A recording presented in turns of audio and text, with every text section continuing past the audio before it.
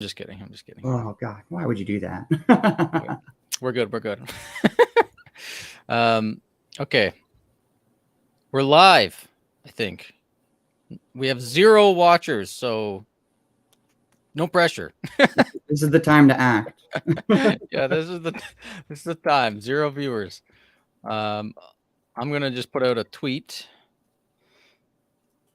so that people join. Oh, I'm over by 2 characters.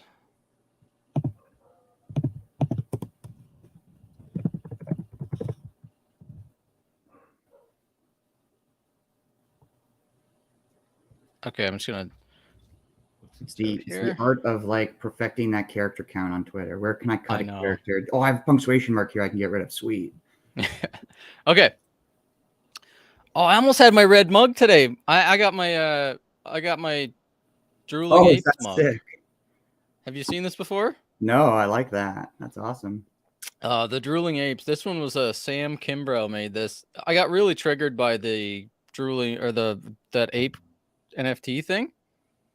The Bored Ape Yacht Club thing. It was people spending 6 figures, like spending a house on JPEG. So I put out a bounty on Twitter. I said, if anybody will just make fun of this and just just make me a bunch of memes to show how stupid this freaking NFT bubble is, I will pay you sats. And then I got so many submissions, so many hilarious submissions. This one is a drooling Bored Ape with Beanie Babies in his head. Babies, I love the reference. He's got Beanie Babies for brains. Yeah. And at the top, it's like a Bitcoiner. The Pepe at the top there. That's the Pepe. Yeah, I love this mug. Someone needs to make a NFT RPG character maker, because that's essentially all they are.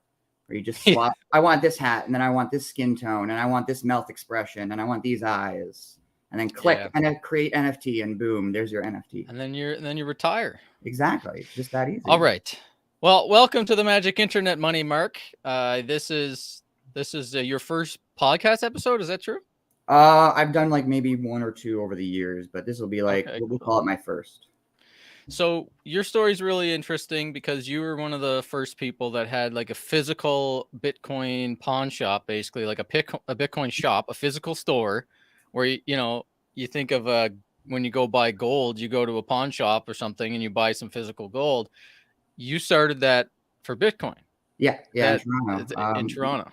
Yeah, when did you start it? Me and 2 friends started it. We just started our 4th year in February. We started just as COVID came, so it was a great time to start a physical store. But we managed to bear through COVID, and we've come out much stronger. Awesome.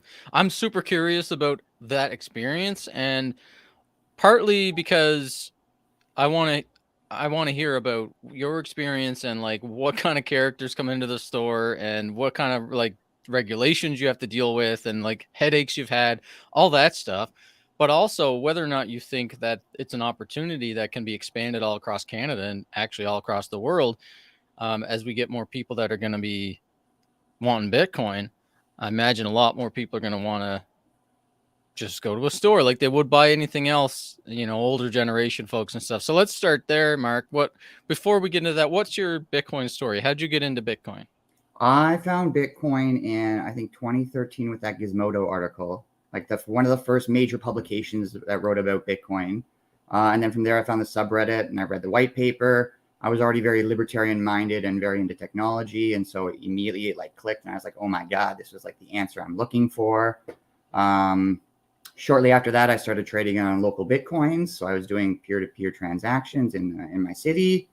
And then over time, as my bank account got closed and I ran into more problems, eventually that's what led to the store. A nice, safe environment to meet people, to do exchanges, to teach people all about Bitcoin, make sure they're holding their keys properly, make sure they're not getting scammed. That's a huge part of what we do. So many people come in the store just getting scammed. It's crazy. Oh, really? So you're kind of like the help desk for Bitcoin or something? Yeah, the way we picture the store, and now that we have an online component as well, which we just launched, which I can talk about as well, is we pictured the store as like a bank branch. So come into the store, get support, sign up for the online exchange in person so you don't have to go through all the rigmarole of the online stuff, of like taking a picture of your ID and trying to make sure everything's in frame. So it's like, yeah, it's like a really personable way to help people get on board with Bitcoin. And then That's awesome, they man. have a face to talk to as well, which I think is very Have important. have you have you ever heard of people doing this before you started it, or was this kind of like an original idea that you had? The physical store. Yeah. Um, I knew of Decentral in Toronto, which started years ago by Anthony Diorio. And that had a Bitcoin ATM in it and it was like a co-working space. And I really like that idea. I don't know if there was anyone else who did the same thing that we're doing now. I can't think of any. Like there's lots of stores that had, like you said, like Decentral, and there's some in Vancouver, some like all over the Bit Devs and stuff like that, where you have co-working spaces, you do meetups, and then maybe there's a Mhm. Bitcoin ATM. But the only other person that I've recently learned about that has been doing physical Bitcoin stores is Naja Roberts in the United States. She's got like a physical Bitcoin OTC like shop in one of the ghettos in the United States, where like the underserved that don't even have access to bank accounts Yeah, that's actually awesome. are going in and like having Bitcoin accounts. So she's doing this, and she's actually in the process. I was talking to her last week about scaling this all across America to like 41 inner cities to have physical Bitcoin stores that do Bitcoin only. They don't sell altcoins or anything like that. It's like a Bitcoin only store that helps people that are financially underserved in inner cities and ghettos and stuff educate themselves about Bitcoin. And like you said, oh, I heard that I could put $50 into this thing and then they'll give me back $50. Is that legit? You're like, no, it's not Yeah. legit. Or if you see someone like scrolling through a WhatsApp conversation to get to their QR code, usually that's a red flag that they're not buying Bitcoin for themselves. And usually you go, oh, who are you buying it for? What's going on over there? You know? So what's foot traffic been like since you started the store? When we first opened, it was quiet because we were new. And then there was the big run up to 80,000 Canadian. And when that happened, we had lineups out the door. We were very Really? busy. Yeah, it's crazy. It's actually crazy how much like the crowds follow the market. And now that we're down, the store's been very quiet the past like month or so. We still have foot traffic, but nowhere near the amount that we used to. So in a day, what would you get in an average day? How many people come in? On an average day now, we probably have about 4 or 5 people coming in over a 6 hour period. And then when it was And when it bull was market, busy, full on bull market, it would we be probably like had like 20, 30 transactions in a day. cool.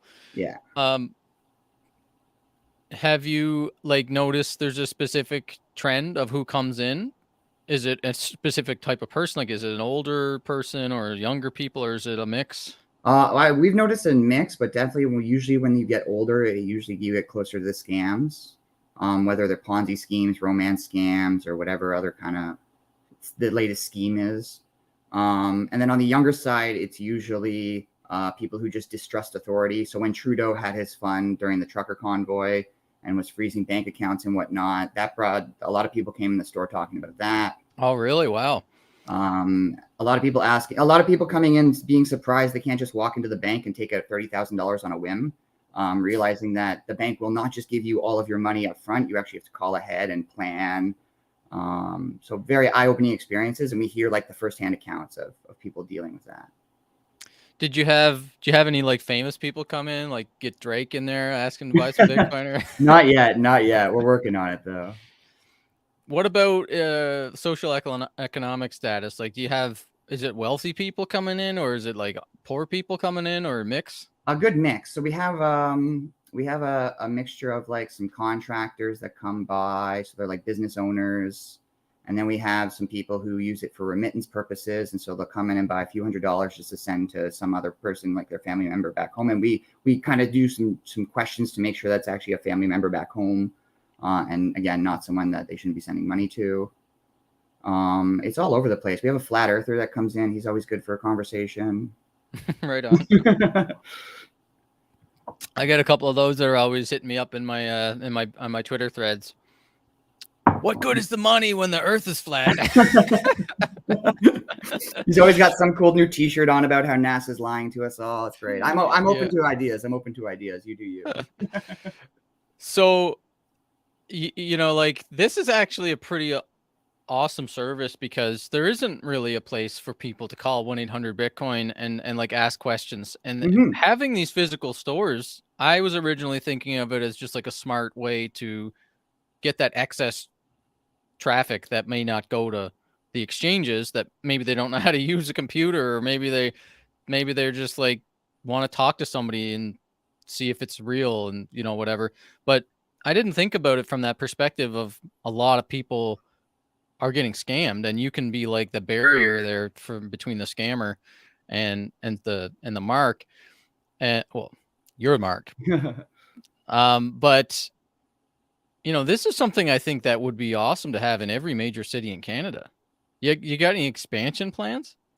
At the moment, our goal is just to grow the online base, and then we've briefly talked about franchising or how we might expand it.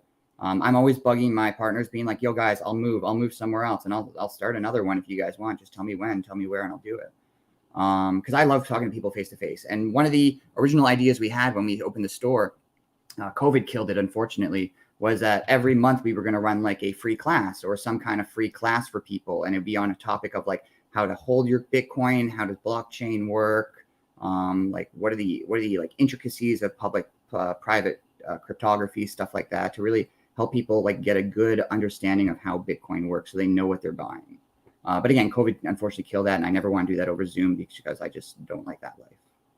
Well, now that COVID's pretty much done, I think it'd be a great idea to restart that. Yeah, so I've been thinking now of starting a meetup group, not in the store because we made some changes to the store where it's not an ideal environment for that anymore. But definitely, I've been mulling over starting a meetup group. Now, is it very profitable? Like, is it just like you make money off taking a spread, or like how does it work when someone goes in and they want to buy Bitcoin? Do you have like Bitcoin in the till and you sell it to them, or like how does that work? We have a bunch of open dimes on the desk, and we go, "What size Right. would you like?" And then we Which one, sir? Exactly. No, we just make the money on a spread. So a better comparison, I think, to us is just like a currency exchange place. Come in with Canadian dollars, we'll sell you Bitcoin. Come in with Bitcoin, we'll give you Canadian dollars. Very straightforward transaction. Right. Our Do you use like your own exchange account type of thing for that, or do you set them up with their own account and like help them get on? So if they don't have a wallet, we help them set up a wallet. Right now, we help people set up Exodus just because we find it's easy to use and very user friendly. We have a little card where people write down their 12 words using a pen and paper so that it's not digital, and they keep it very safe, and we teach them all about it. We have a nice welcome package with a bunch of FAQs and stuff in it as well. Oh, cool. Yeah, so it's a very involved process that we try to create. How long does it take to deal with one customer from like, hey, I want to buy some Bitcoin, to like they got their seed phrase, they know not to give it to the guy on Twitter that's promising them 50% returns, and they kind of like got a good start, you kick them out the door? Good question, and good segue into compliance. So the major decider if on the time frame is whether or not you're signed up with us and whether or not you need to sign up with us. So right now the rules say that in Canada, anyone $1,000 and under doesn't need to KYC. Anyone $1,000 and up does need to KYC. So if they need to KYC with us, we have to go through that process where we take their ID, get their personal information, yada, yada, yada. But once that's done, they walk in, give us some cash, we count it, we send them Bitcoin. We send it right from a hot wallet, so it's not coming from an exchange, so they see it on the blockchain right away. We always give it a good fee, so it's confirmed in the next block. And then ideally, this is pure speculation, in the next 6 months, we'll do like Lightning Network transactions for under $100. Nice. Yeah. So that's something I recently tried myself, as Azteco. Have you looked into Azteco yet? No, what's that?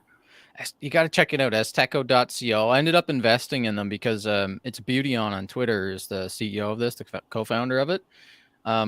Great Bitcoiner from the UK who wanted to do peer-to-peer, almost like paper wallets, but like using and almost kind of like gift cards as well, but and a Bitcoin ATM. It's like a mixture of a Bitcoin ATM, a gift card, and a paper wallet, where they'll set up with merchants who will have like a terminal, or they'll integrate into the existing point of sale system to be able to sell people Bitcoin.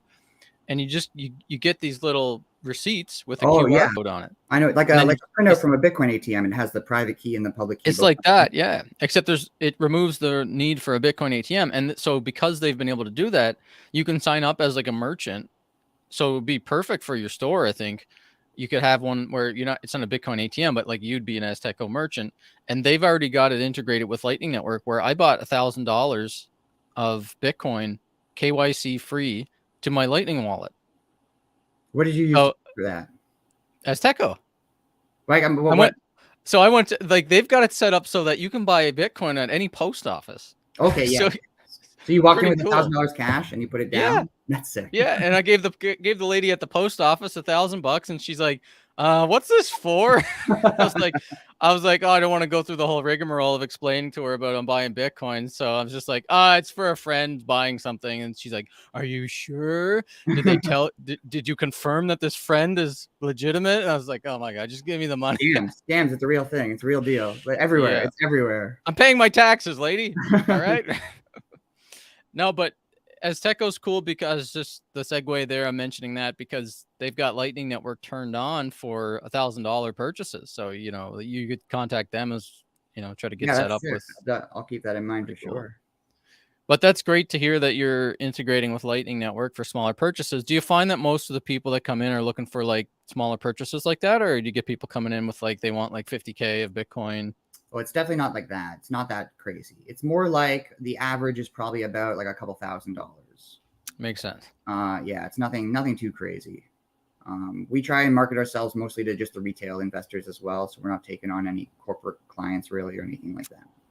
Right. It's such a needed service, Mark. Like this is such a good thing. Like if we want to have Bitcoin be built out and used the way that it was originally designed to be used, which was a parallel system to the financial system, we need to have more people doing this stuff, more peer to peer, more physical conversations, meetups, Yeah, things more, that, more communities being formed.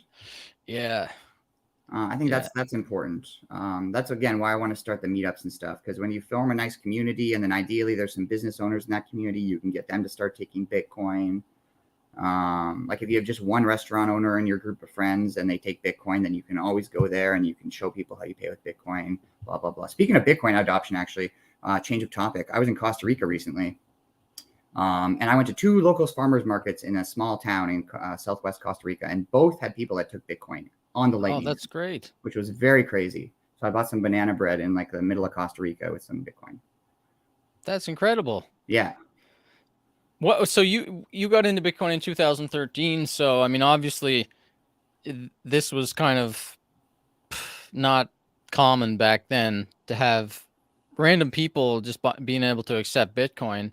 It even kind of still isn't. Like, what do you think about the way that things have been over the last 10 years in Canada, and where you think we're going over the next 10 years in terms of Bitcoin adoption and Wherever like we the go, friendliness of being a Bitcoiner? yeah, wherever we go in the next 10 years, we'll probably be nowhere near as far as we think. Like 5 years ago, I was telling people, oh my God, guys, just wait 5 years from now. The world will look so different because of Bitcoin. Everyone will be using it. It's going to be amazing. It's going to change everything. And now we're 5 years later, and it's kind of like, hasn't really changed all that much. Specifically in North Yeah, America. North America. and celebrities are shilling JPEGs Yeah, exactly. We have instead of we have Bitcoin. Floyd Mayweather, who's like 100 gajillionaire, shelling like Ethereum Max for some reason because they can never have enough money. It's painful. It's painful what the space has become sometimes. But I also don't think that North America has like a need. So I do think there is adoption happening. Like again, when I was in Costa Rica, there was a need there for more payment channels. Whereas here in North America, there just isn't. People just don't really have a need. Now, as inflation keeps going up, maybe that'll change. We'll have to see over time. Has that been something that your customers have been mentioning as a reason to want to learn about Bitcoin inflation? Not like that. That wasn't like the tipping point. Most of them were already well aware of inflation before, and now that inflation is like more of a thing that's happening, they're just like they're more amped up about it. Right. And you said a lot of people were coming in nervous about the trucker convoy or just the fact that the Emergencies Act was declared. What was it like? People lost trust in their banks, so they kind of want to look at Bitcoin as an alternative. Yeah, just an alternative, like a savings vehicle in that case, like an alternative place to put their money. So that was people not looking at it in terms of investment, just looking at it in terms of like an alternative place to put value. Yeah, which I think is good. That's how I want people to look at yeah, it. that's awesome.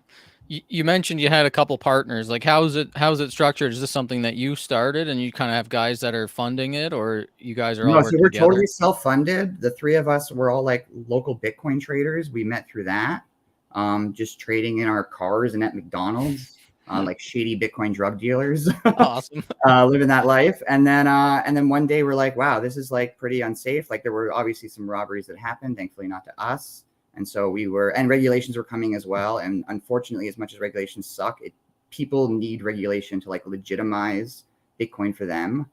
And so we decided to kind of take that route and open the store, publicize it, advertise, get a legitimate bank account, which was very, very difficult to do. And then go that route. So if somebody wanted to start one of these in another city, what would they do? What do you think they should be like? Do you have any lessons for anybody that you've learned that would help someone else start this type of community up in their own city? I would say the most important thing is getting a bank account, because without a bank account, it's very difficult to bounce. Like some days before, so we ran for the first year the store was open, we ran it without a bank account. And there'd be times where we would just run out of Bitcoin and no one else in the city would have Bitcoin that we could turn to. And so we'd literally just have to turn people away. And then eventually we found a bank that would take us on. We're a very high risk client according to the bank, which means we have to pay them out the butt every month in fees. And they like watch over us. So most of our regulatory hurdles and burdens come from the bank rather than the government.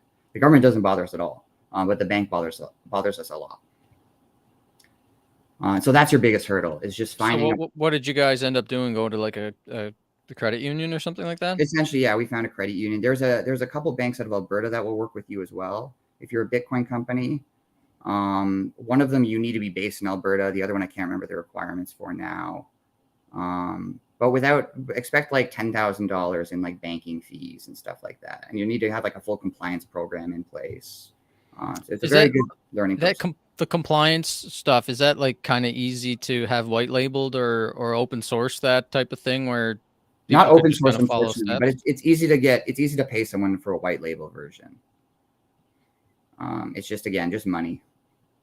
All right, kind of relevant on topic here. This Iceberg said that he loves the fact that Pierre Poilievre is open-minded to the real hard money Bitcoin. Yeah. So kind of on that same topic, we've been putting a little group together of Canadians that are trying to make Bitcoin, laws passed in Canada to make it so that we're a friendly country for being a Bitcoiner. And one of those things is we need to have banks be friendly to Bitcoin businesses. Yeah. This is such a common story that anybody that has any kind of Bitcoin business is just treated terribly by the banks, and not even just Bitcoin, like fintech companies, Cash App. Like, we don't have any of these great easy peer-to-peer payment apps in Canada because of the banking cartel. They pretty much have a monopoly on payments, and we're still here using freaking email money transfer when we've got Bitcoin. So what are your thoughts on Pierre Poilievre and his recent kind of like enthusiasm for Bitcoin?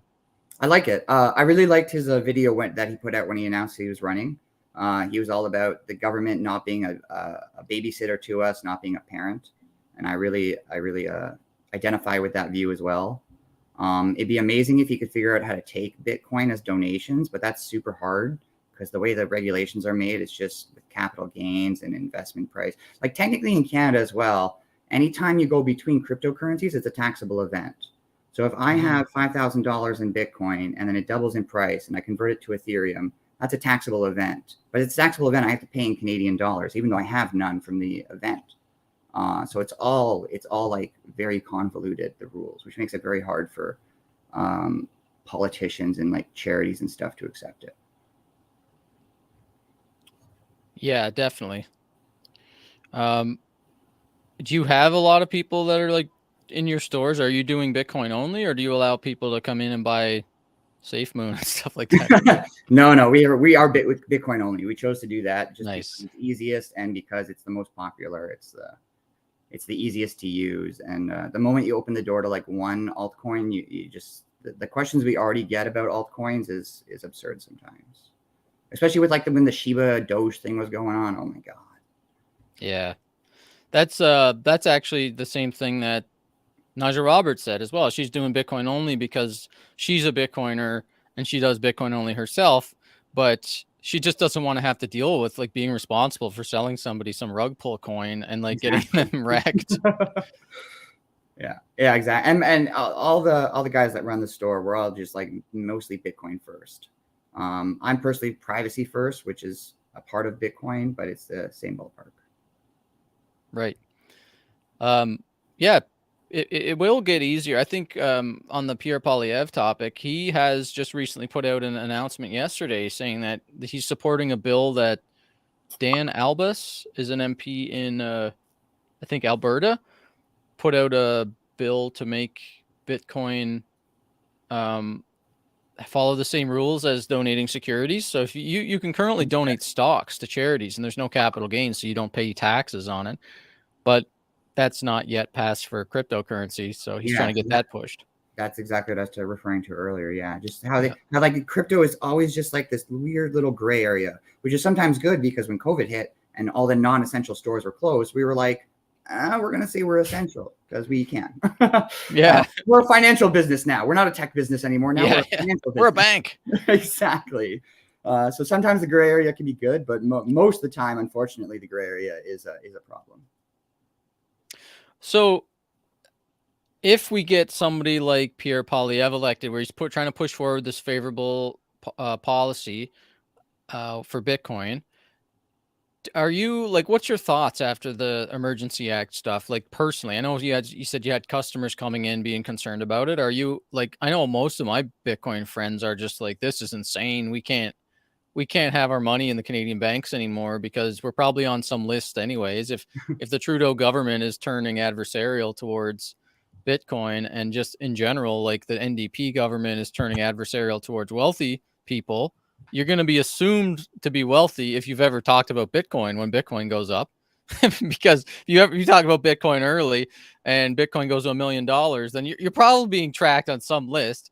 So we're currently on a trajectory where our leaders are almost like targeting us or signaling that they're going to target us. So not most, but quite a few of my friends, not just Bitcoiners, but wealthy entrepreneurs, they've left Canada already, and it's been within the last 6 months. And especially over the last couple of months, people are making more plans to leave and get their money out of Canada too. COVID sped up a lot of people's plans that I knew. Like my personal plans were in 2025, I was going to leave Canada. I was going to kind of cash out in like a philosophical sense from Canada and leave. But now my plans are for next year. And that's because coming back into Canada when I was coming back from Costa Rica, I decided not to do a RiveCan, and I got fined for trying to enter my own country, which was pretty crazy. And to have like the people just be like, well, it's our job. These are just the rules. We have to enforce them. Like, that's insane. Yeah. It's such what is a RiveCan and what was the fine? So a RiveCan is an app you have to do, and you have to do it, and you have to upload your proof of vax and proof of negative test to it before coming through the border in Canada to return to Canada. And I was like, I don't want to do that. I don't want to download an app. I don't want to make an account on some government website. I have both these requirements here. It should be good enough. And then when I refused to do it, and apparently there's a few questions involved too. And I just flat out refused to do it. So they fined me $5,000 for that.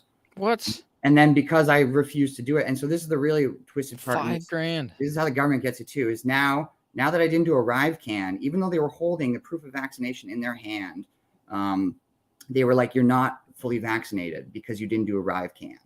What? So we need you to. I know we need you to take a COVID test now. And I was like, "But you have a COVID test in your other hand." And they're like, "We don't care if you do it anyway." So I said, "I'm not doing a COVID test." So I got another $5,000 fine. No way. That's ridiculous. Wild, eh?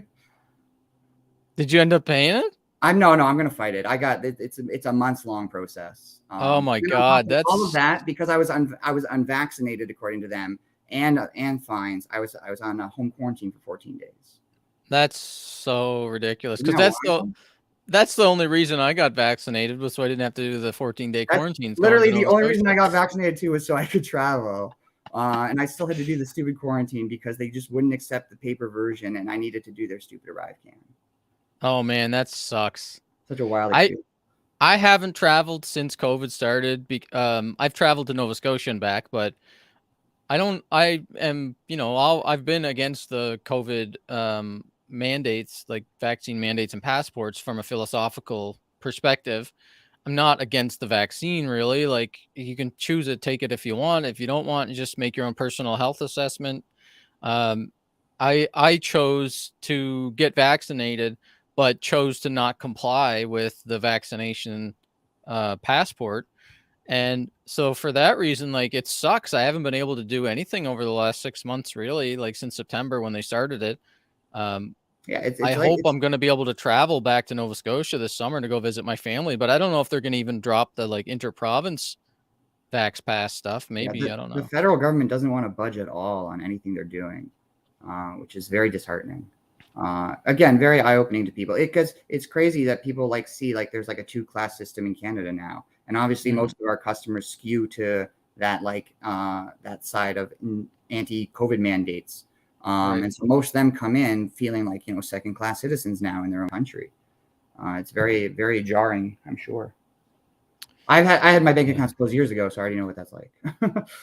Because of the Bitcoin business? Yeah, because when I was doing Bitcoin stuff through, I had a personal account I was doing Bitcoin stuff through, and they're like, "Oh, you're clearly running a business here. Open a business account." So I did. Totally honest with them. This was TD years and years ago, and then like 6 months into it, they're like, "Yeah, we have to close down your business account."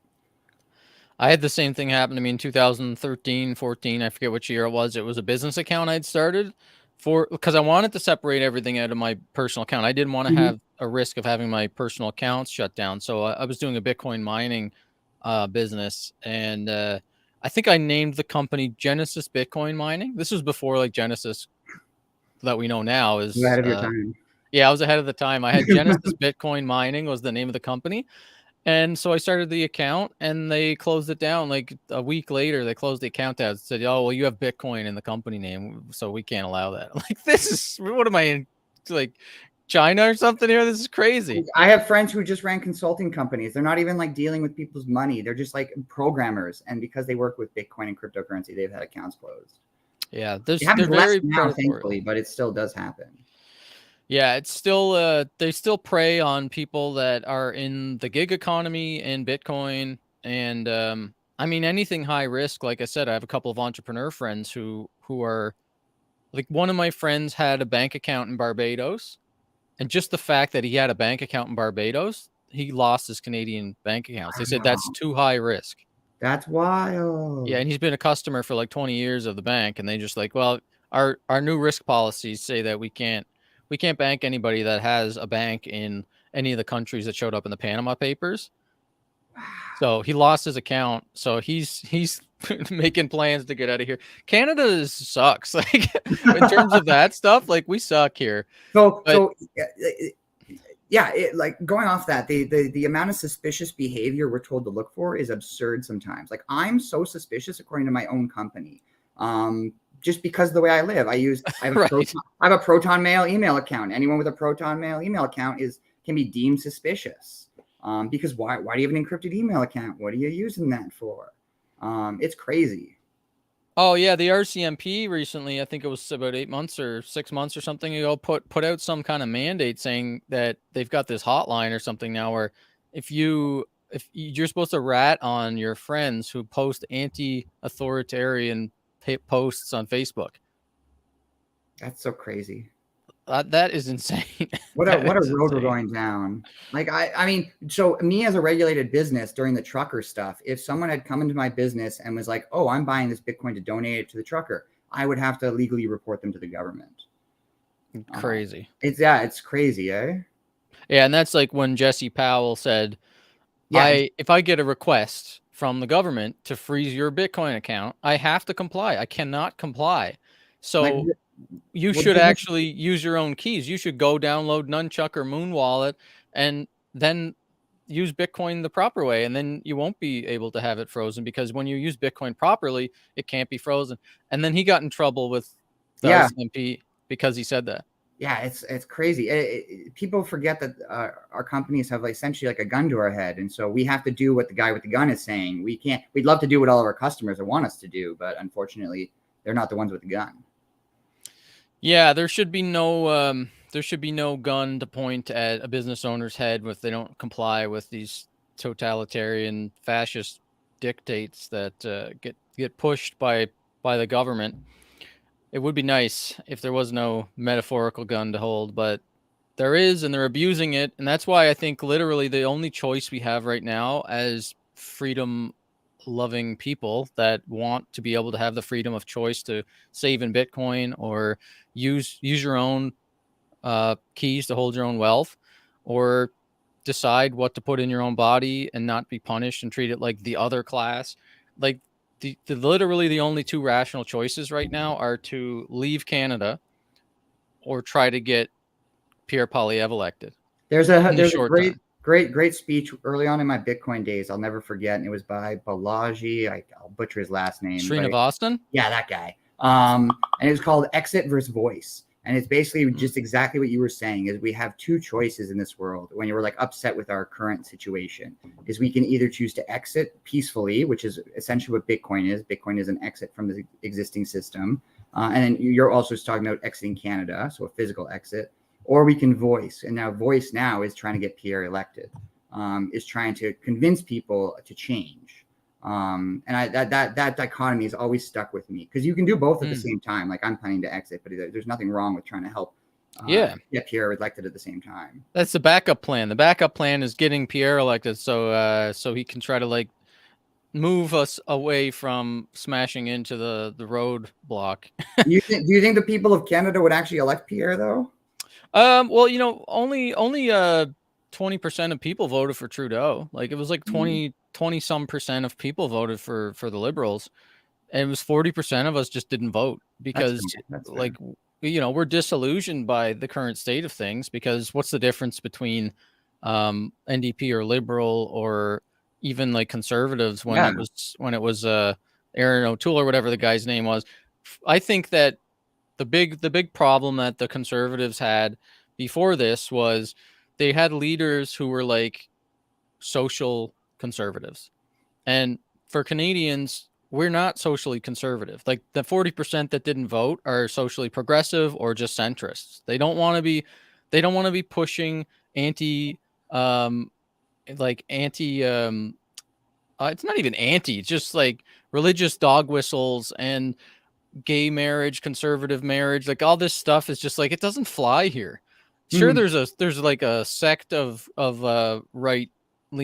socially right leaning people that will really love that message, but that's why they can't win because most Canadians are a lot more progressive and accepting of do whatever you want to do as long as it doesn't hurt me. Yes, gay marriage should be legal, marijuana should be legal. So the fact that Pierre Poilievre is actually a social progressive makes me hopeful that he can win over that 40% of centrists that didn't vote because they don't like Trudeau. Young people don't like Trudeau. Liberals, I've talked to so many liberals who were like diehard liberals are just like Trudeau's embarrassing me now. I'm not going to vote for this anymore. So there's like the same as there's like this like group of 5% or whatever of diehard conservatives that will just vote conservative no matter what. There's also like 5 or 10% of people that will just vote liberal no matter what because it's identity politics. But Trudeau's making himself look like a fool all over the place. Like there's so many mentions of the trucker convoy and the Emergency Act and stuff globally and on news shows. It is tarnishing our reputation, and he is more divisive than Trump. So the fact that he created this two-class system in Canada where it's vaccinated versus the unvaccinated, and the unvaccinated are to blame for everything, and why do we even bother listening to their views? We shouldn't tolerate them. And you factor in that 50% of the people that are unvaccinated are actually minorities. I know. They're people that they don't trust the government anyways. Like 1/3 of all truckers are immigrants as well. So there you go. Yeah, just the stats on unvaccination versus or unvaccinated. It's a lot of Black Canadians, Indigenous Canadians. The people who shouldn't, the people who have like natural distrust of government because government's constantly. Like Trudeau has totally butchered the Indigenous water crisis since he got elected. He's barely done anything, and he promised that he would tackle that. And a lot of Canadians, I know myself included, I just didn't pay attention to the Indigenous water crisis as much as I should have because I figured, okay, we've got the king of empathy elected as our prime minister. He's apologizing for everything and he's going to fix things. So I'll just, I'll outsource that to Trudeau to take care of. He's done shit. Like there's still tons of Indigenous people that can't have clean drinking water now. And he goes and prints $1 billion and uses it to roll out this Arrive can bullshit and the vaccine passport to all the provinces. When he could have just taken that $1 billion and helped like clean up the water and all these reservations and all these Indigenous communities. it's just like a massive rug pull. So I do think that Pierre Poilievre, if people give him a shot and they listen to him speak, and if he has a chance to debate with Trudeau, it's gonna be a massacre. I would love to see him debate Trudeau, because the one thing Pierre is very good at is like actually answering questions, and the one thing Trudeau is absolutely terrible at is actually answering questions. So I would love to see that. I still think though that I would agree with you about Canadians and what they like and value. Up until COVID made me see Canadians very differently, because everyone, well, not everyone, but a vast majority of people were so willing to just throw so many people under the bus. Business owners, people with other views. Like it was just crazy to see all the hate that came out during COVID from a majority of people. Yeah, I think it was Jordan Peterson who talked about this, or maybe it was actually Pierre Poilievre. I can't remember. It was on a podcast that Canadians are by default very deferential. We just kind of want to go with the flow. We want to be polite, nice. We think about our neighbors and our grandparents and all that stuff. And that's been true when like we didn't really have extremely divisive news and leadership. We had, not like the United States, we had division for sure, and we had like controversy and all that, but that was back when it was like the CBC was where you got most of your news in Canada. But now everything is online. Like you get all your news online, and online is just a cesspool of hate. So Trudeau's just stoking the fire even worse. The fires of division are just burning like they've never burnt before in Canada, because he sets the tone from the top down. He says that these people that are protesting the vaccine passport is a fringe minority of unvaccinated anti-vaxxer white supremacists. Yeah. So typically in 10 years ago, if a prime minister had said that, it would be like controversial and it would be all over the news. Like, oh, why is he saying that? But now after Trump and Russiagate and all the COVID stuff, like nothing is a surprise anymore. And division is the norm, and it gets amplified on social media. So then you get all these deferential Canadians, the bulk of the Canadian news consumer or whatever. They've got enough shit to deal with. They just want to go with the flow. That's why we got to like 90 or 85% vaccination rate voluntarily, the fastest vaccination rate, like in the G20 or whatever. We got the most amount of vaccinations voluntarily because of Canadians being deferential. But then it was weaponized. So like, yeah, when the leadership from the top down actually then sets the tone, like instead of being like, please get vaccinated, think about your neighbors, let's help our grandparents, let's do this together, everybody just does it because that's what we do. That we just go with the flow. But then they set the tone that, and now the anti-vaxxers are the problem. They're why everybody's dying. You got to like force them to get vaccinated and throw them out. The dregs of society shouldn't be in mixing with the rest of us. They shouldn't be eating with us. They shouldn't be in the same lineups as you. They need to be outdoors. They need to be out. They need to suffer. I mean, it literally is taking 15% of the population and putting them as the other class that don't deserve to be in the same part of society as you are. And so it's by law. That's the messed up part. It's insane. If I have a friend who owns a restaurant, that friend by law couldn't serve me if I was unvaccinated. So it's like it's nuts. It's such a toxic way to totally divided everybody. Yeah, it's so top down division. That's the way that Trudeau's been governing. And but so like even going off that, all levels of government, it's like that, because even Ford here in Ontario, way back when this first started and people were first protesting, one of the first things he called them were yahoos. Yeah, was yahoos out there just protesting, blah blah blah blah blah. And like, bro, what are you doing? Come on. Yeah, it's not just Trudeau. It's definitely like it's a problem when people see that and they look up to that person. They will then suspend their own empathy and just accept that, well, if he says they're white supremacists and I shouldn't tolerate their views, then I'm going to just accept that and go on with my life. And then before you know it, you get this massive groundswell of people that actually saw what was going on and wanted to support them. And they're getting super triggered. Like I know I was getting super triggered because I was supportive of the trucker protest, because I, from the very beginning, was against vaccine passports. And the nuance is completely lost on most people online because they get stuck in this cognitive dissonance bubble that they're in of like, well, if there's so many people that are supporting this trucker convoy, it must mean that there's just a lot of white supremacist Yeah, racists, there's no way, rather than like, there's no chance of them being right in any yeah, way. rather than I should listen to what these people are saying. Maybe I'm not right, and it's just nuts. So who knows what's going to happen with Pierre Poilievre, because there's been so much division over COVID and the controversy with the trucker convoy that, I mean, there's a groundswell of support for him. If you look at his rallies that he's doing, his I've meetups and seen the stuff. videos. Yeah, I love that. I love the energy Yeah, as it's well. awesome. It's all young people. Again, I really like his messaging. I'm curious if his messaging is going to change as we get closer to election time, both in the Conservative Party and then if he wins the major election. Yeah. For sure, though, everyone no the Conservative Party has like no one else even close to Pierre. Yeah, it's Everyone not else even is just a close. suit.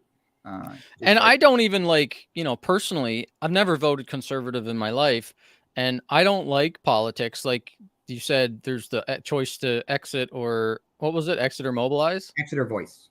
Exit or voice. Yeah, like most of us chose to exit back That's in, Bitcoin. when you find Bitcoin, it's like Yeah, that's the exit. That's the vote, man. I'm voting Bitcoin. yeah, And but then as this happened, it's, what's the point of having sovereignty if your country turns against sovereignty? Like you yeah, gotta have a base layer of sovereignty respect. You gotta have rule of like respecting freedom of speech, freedom of choice, freedom of individual liberties, property rights. And sound money is a bonus, but we don't even need sound money, but that's a great bonus. But if your country starts to erode those basic foundations of, I can safely store the value and wealth of my work in this system, and I can safely own property and go about my life. If that is questions, like what's the point of having things if you're gonna be persecuted for your political beliefs or your choices? yeah. You might as well just leave the country or What's the point of get having a active. business if my business can just be deemed non-essential and you can close it for 6 months? Uh, Right. like what is the point of trying if at like a moment's notice you can get scared and then just make everyone like hide in their homes? It's crazy. Like Quebec was under curfew. Yeah. That's crazy to me still. Yeah, Uh, and Quebec had that thing too, where they tried to say that if you were unvaccinated and you had to go to the hospital, and you'd have to pay for it.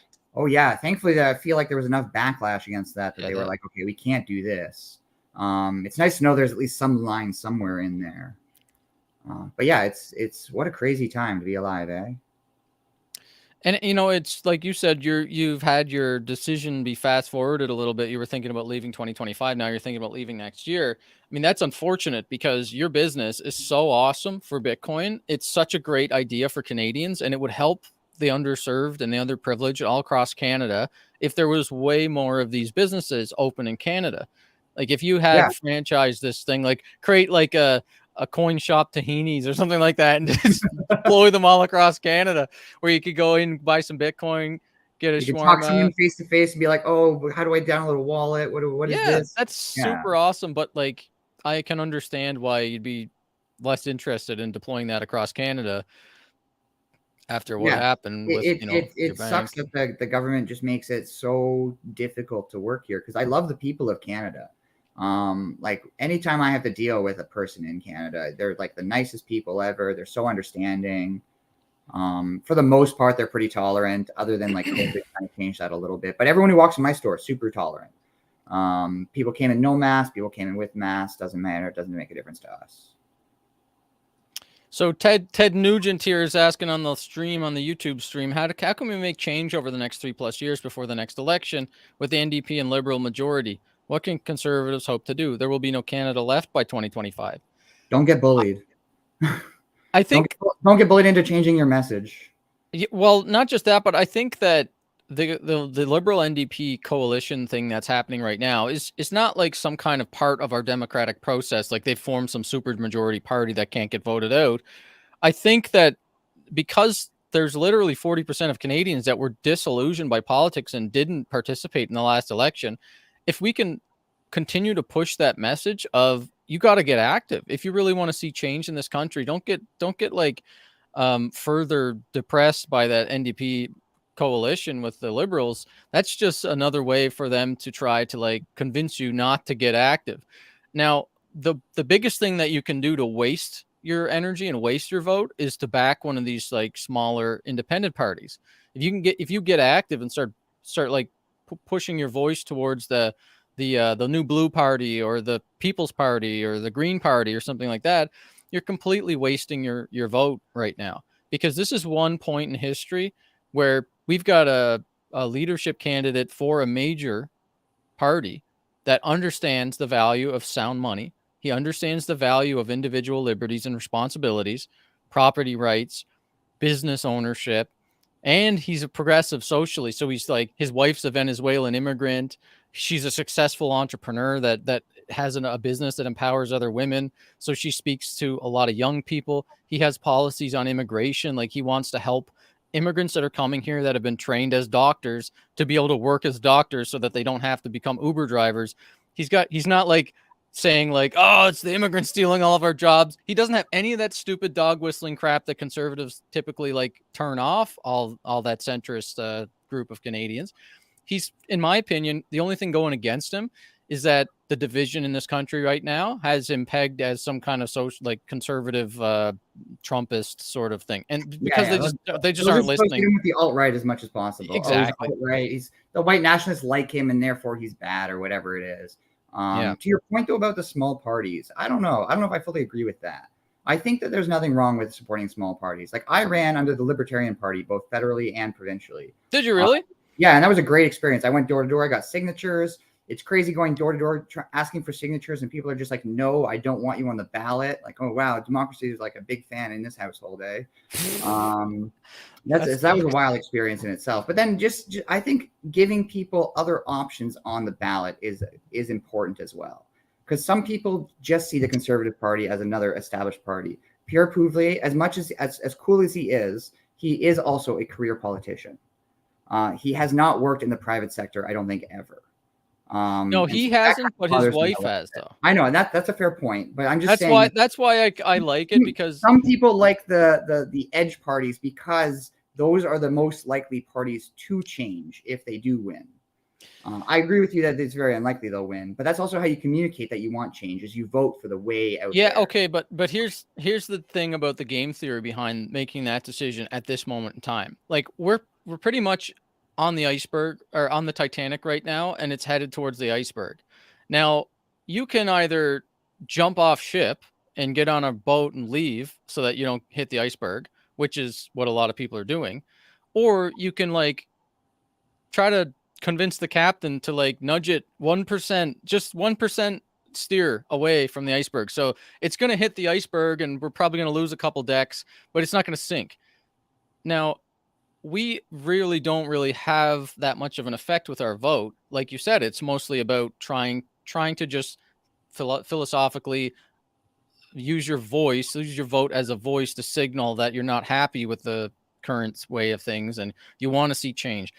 But this is a rare moment in history where we've got a prime minister candidate who actually will make that change, that 1% nudge away from the iceberg. His messaging doesn't change. I totally agree with that as well. Because again, his messaging was like on point when he first started. So if his messaging doesn't change, and I still believe what he's saying, then I totally agree with you that this is cool. But I mean, I at the same time though, I've heard this said so many times, like, oh, Maxime Bernier, this is our chance, guys. This is the one. Yeah, but that's the thing. Like, you will never have an effective chance of moving anything when you vote for Maxime Bernier in the current climate, because the NDP Liberal, like with that NDP Liberal coalition and with Pierre Poilievre running for the leader of the Conservatives, you basically are just opting out of having influence when you vote for the People's Party at this point. If you want to strategically use your vote to actually make something change, the better game theory is to continue supporting the People's Party, donate to them, whatever you want. But you should also line up with Pierre Poilievre, because he's the one that's likely to actually be able to make anything change. And, you know, it's like you create this this one moment in time where you can register as a conservative, pay the $15 membership fee. And if you do it before June, you can vote in the leadership race. So you can actually vote for Pierre Poilievre to be leader of the Conservative Party. How many people did that for Maxim, though? Well, Max. That's my point. Is there's so many people that are disillusioned to the corporate parties, the established parties. Yeah, Um, but that's the thing. Like, you're basically like jumping off the ship when you're choosing to go with the People's Party. You're jumping off the ship, and you're saving yourself mentally. But like, you're still in Canada, so the iceberg's probably too big. It's Whatever. fair. It's fair. I don't totally disagree. I think too that the iceberg analogy is a little extreme in the sense that I even with Trudeau and the NDPs, I doubt we'll sink. We'll definitely be more damaged than if Pierre was elected. Again, that's pure speculation because Pierre could get in and be total trash. We just don't know. But based on what he's saying, that's what I would think. So I'm not saying anything bad against the People's Party. It might sound like that. All I'm saying is No, that no. they don't have enough support among the mainstream to be able to actually get voted in. Now, fast forward, say 5 years, and I do think we're going to be like hitting the iceberg with Trudeau and the NDP, because they have no idea how money works. And even worse, they do know how money works, and they're trying to they're trying to just kind of signal that they're in consensus with whatever other central banks are doing. Mm-hmm. Because Chrystia Freeland wrote a book all about this in 2012, and she ended up coining the term cognitive state capture when she talked about how business and politicians can take over the central bank, basically like the Federal Reserve. Wall Street takes over the Federal Reserve and directs policy, monetary policy, based on what the wealthy want. And she called that cognitive state capture. And then she became Minister of Finance. So she was the one that's in charge of printing the money in Canada. And she did the same thing. So, and in her book, she thanks the people at the end, like the 0.1% world's elite, that she's been able to have so much access to them and they've become friends of hers. And she goes on to list like George Soros and all these different Yeah, like wealthy she just people. becomes a part of the machine. She's auditioning. Like, Yeah. she's so like, I do think that if we continue on this path where housing prices are going to keep rising because they're printing so much money and people are fleeing dollars to go into scarce assets because dollars are losing their purchasing power. Mm-hmm. That's a historical trend that has repeated over and over and over again. And if we are doing it the best of all the countries, like we're printing the most, like we know how to press that print button faster and more harder than any other country right now in the G8. So we've got one of the worst housing bubbles in Canada. Our debt to GDP is nuts. We've got like 370 to 400% debt to GDP ratio And then right our now. consumer ratio on top of that is high as well. We have like one of the highest consumer debt ratios in the world. Yeah, that's like debt to GDP. I'm including consumer debt Oh, okay. and government debt. So for every like $1 that a Canadian makes, like we owe 4. Mm-hmm. So we've got all these like anti-oil, anti-energy policies. So I mean, the supply chain constraints are playing against us as well. So some people blame inflation on the supply chain constraints and like the breakdown in the supply chain, which it's a part of the equation. But government money printing for sure is also part of the equation. And like, you give people $2,000 a month on CERB to stay home. Yeah, a lot of young people are going to choose to do that rather than go out and work. So a lot of businesses are suffering from that. And if you don't have somebody like Pierre Poilievre in charge of the finances of the country, we're going to go bankrupt. It's just, we're on a trend towards either hyperinflation or, on the other side, depression, like a real estate bust and a depression, price controls and all that stuff. So I really do think that the iceberg is going to sink us and we're going to turn into Venezuela if we really, if like, because the worse things get, the more chance there's going to be a populist uprising. Pierre, so Maxime Bernier in 4 or 5 years may actually be able to get elected if the NDP and the Liberals screw up the country so bad that we start to hyperinflate or global depression happens or whatever. Then you'd have a populist uprising, and it would be people that are demanding, like, it's life or death. Like, things are so bad that they have to, they're so sick of Liberals, NDPs, conservatives, that they will demand a new party is elected. We don't want to get there like that. We prefer not to get there. But, and I do think like that is the only chance that the People's Party has, or some other alternative party has, to get elected. That has to get so bad that it really is the Titanic is sinking. We've hit the iceberg, and it's like there's no other choice but to do. And on the flip side of that, if you have um, somebody that's in power that's too they like too conservative, you'd have a populist left uprising. That's when the NDP types of people, they would have the populist uprising, and then you'd see 70% wealth taxes.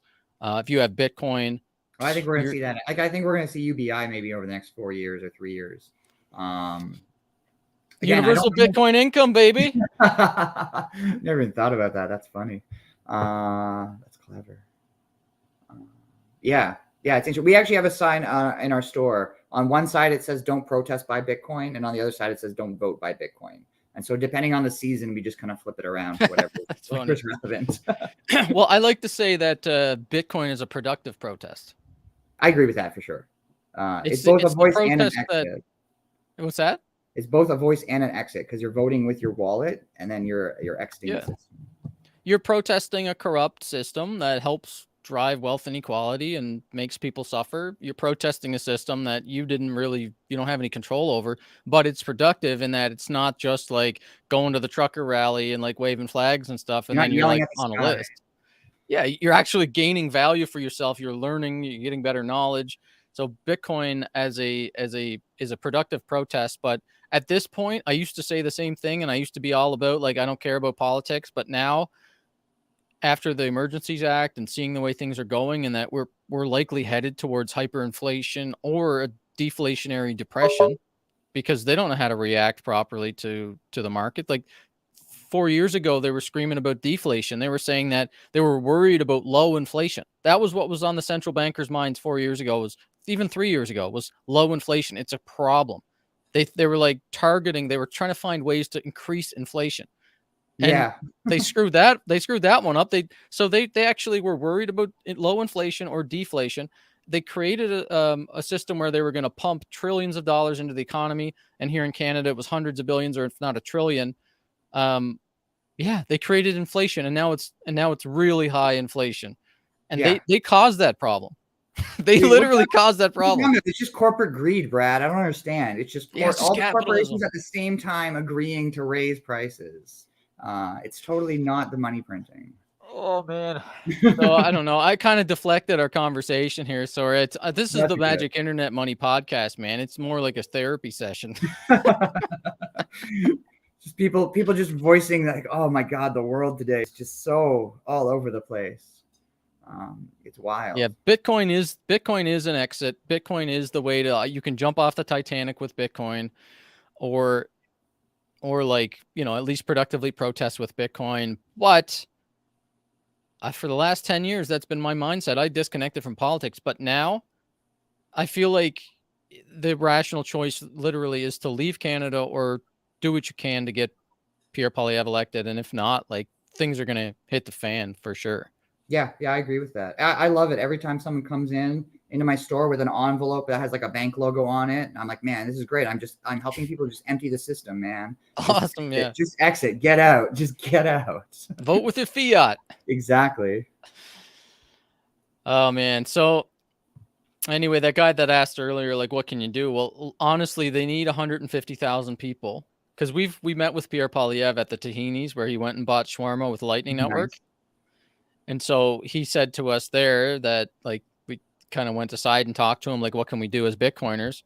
Because, we're not political. We don't want to get political, but our kind of backs against the wall here. Like, we can see the writing is that the wealth taxes are coming, the windfall taxes are coming, the confiscation of wealth, redistribution. That's all like the socialist uprising. That's in the cards now, because of all this crazy shit with the money printing and the way they're mismanaging it. And they're not ready for the supply chain shock that's coming from China and Russia and Ukraine. They don't understand there's a tsunami coming that's going to like cause all these over leveraged banks and companies to get wiped out if they're continuing to think that, like, oh, debt doesn't matter. I can just keep printing more.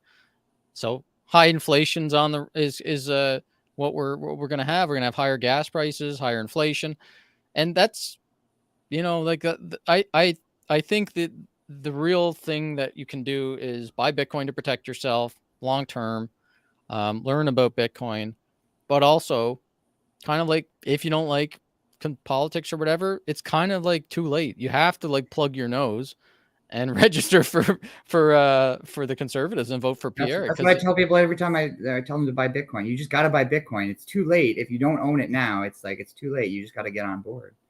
Um, I but think the other thing that we're going to start doing, Mark, actually, which you might be interested in, is we're going to start educating policymakers and staffers all across the aisle. So we're going to do like a multi-partisan thing. We're going to meet with NDP MPs and NDP staffers and NDP liberal staffers and like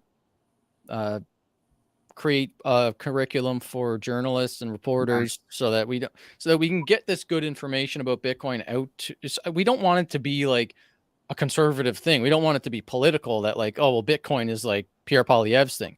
We but actually want like you can message Bitcoin to the NDP in lots of ways. Like yeah, Bitcoin. I agree with you. Bitcoin's not political. Bitcoin doesn't pick a political side. Like it's just a matter of being like gay people in like certain countries where it's illegal to be gay can use Bitcoin as a means of exiting the system and seeking refuge. When wives are being abused by their spouses, they can keep some money in Bitcoin that the spouse can't control, and they can plan again for their exit from the abusive relationship.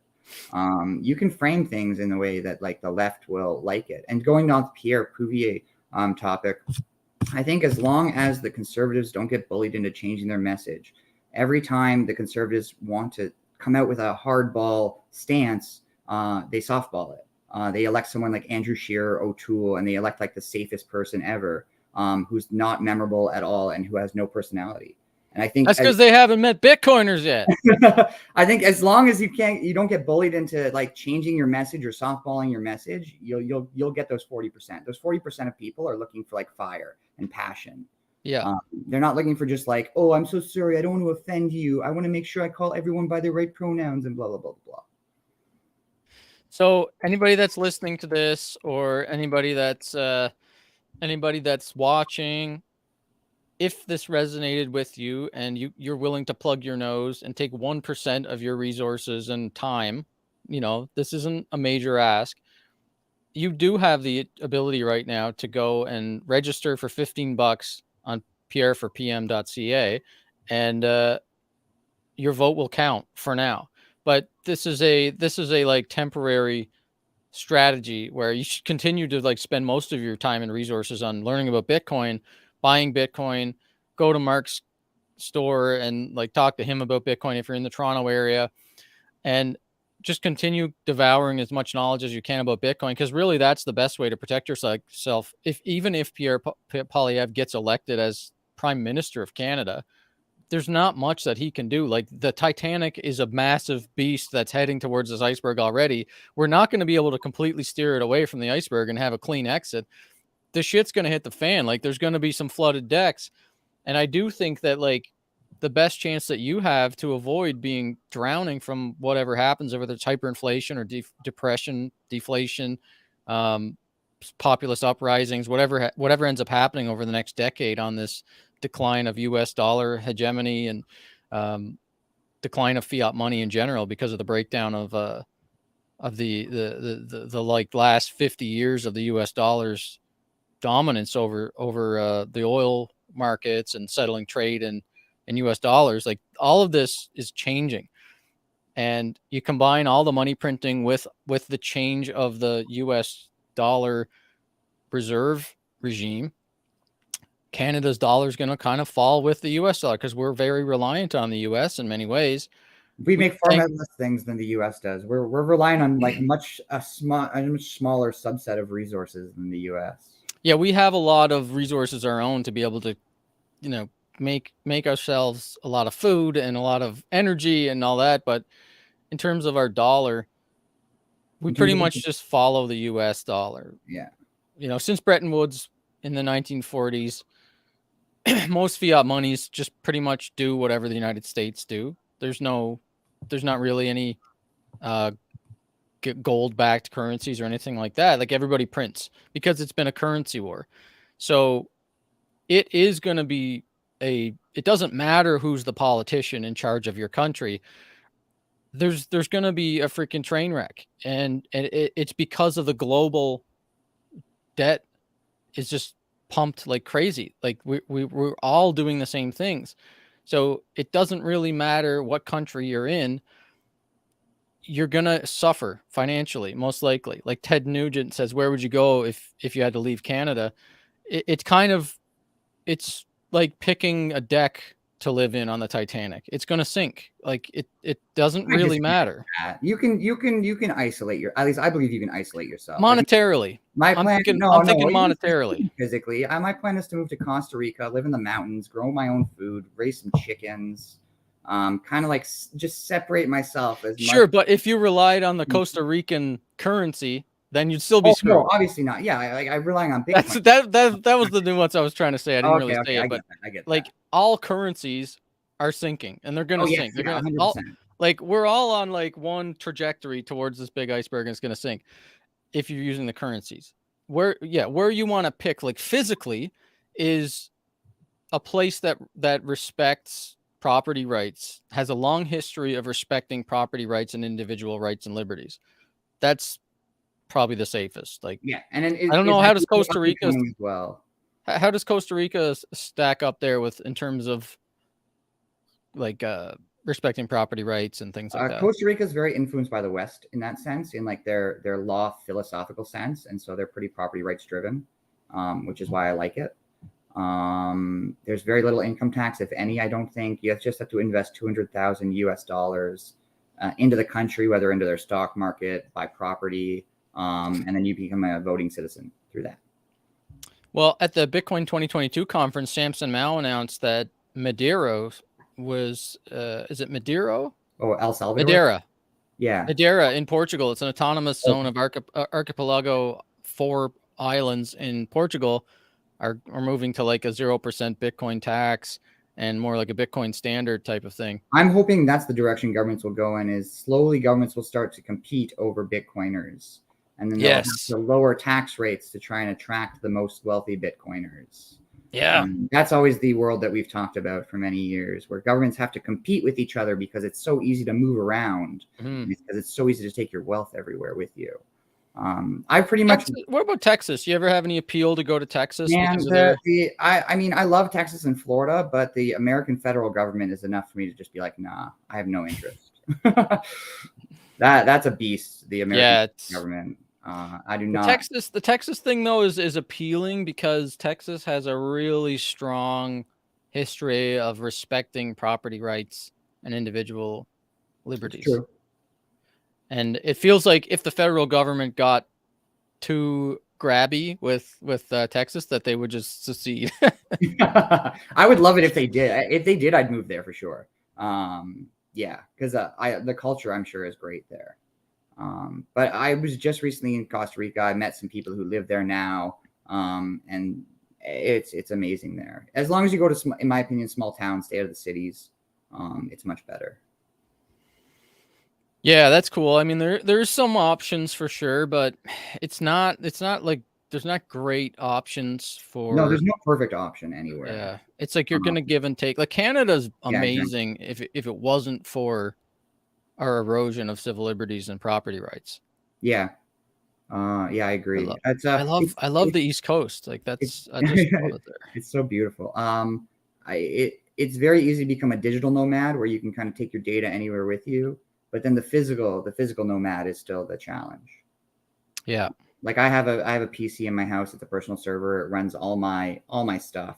So I can easily just unplug it, take it with me wherever. Not relying on any third parties in that sense. But taking it is the hard part. Yeah. Yeah, it's gonna be a crazy decade, I think. Yeah. Get your pilot's license as well. That's my plan this year. You gonna work on that? License, then no one can stop you from leaving.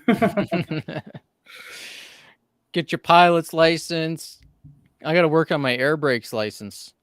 Oh, nice. That's something I looked into, but I just didn't see the value in it. But maybe Yeah, it's less interesting now that I'm thinking about, in 5 years if things really hit the fan. I mean, maybe I'm just over worried about the $30 trillion government debt and the bond market that's blowing up. That's an $80 trillion market. Maybe I'm a little bit too worried about World War III, the financial World as War long as you III. focus on the food and the shelter and you're self-sufficient in those, I think you're good. Yeah, I'm just gonna watch Netflix instead. Right? There's a new season of Tiger King coming out. What do you mean? I gotta watch that. Tiger King. All right, my battery's gonna die in like 2 seconds. Well, I appreciate the conversation, man. I was glad to hear about the physical Bitcoin store that you're doing, and really hope that people get inspired to start their own. If they want to get some advice from you on how to do it, are you okay to like receive some DMs about Yeah, how I mean, to it'd get be them set cool up? if people could start them, and we could like partner and try and come up with a network of people across the country. Because again, That'd be banking is awesome. hard, so you could kind of have to rely on each other for this. I want Um, to start one in the East Coast. Like, can I do that somehow? Is it easy for me to do that? Like, if I get one started in Sydney, Nova Scotia? the hardest part is just finding a Bitcoin supplier, just finding a steady source of Bitcoin. I might know someone. Yeah, well, I figure, yeah, there you go. And then if you can get a bank account, then you're golden because you have all the Bitcoin in the world. Then, yeah. Very cool. All Oh, right. look at this. We already got someone started here. Ted Nugent is going to start one in PEI, baby. There we So, go. so how does Ted Nugent reach out to you, Mark? You can find me on Twitter at what's his face. You can just reach out to me from the Coin Shack, info@thecoinshack.ca or mark@thecoinshack.ca, and I'll get back to you. Very nice. Awesome. Thanks again for coming on the Magic Internet Money therapy session with Brad Mills. Yeah, it's been great. It's been great. All right. No, this is really cool, man. Good talking to you, and good luck with everything. Hopefully we can get some more stores started up. This would be a great idea to get this across Canada. For sure. All right. Take care. Enjoy. See you later.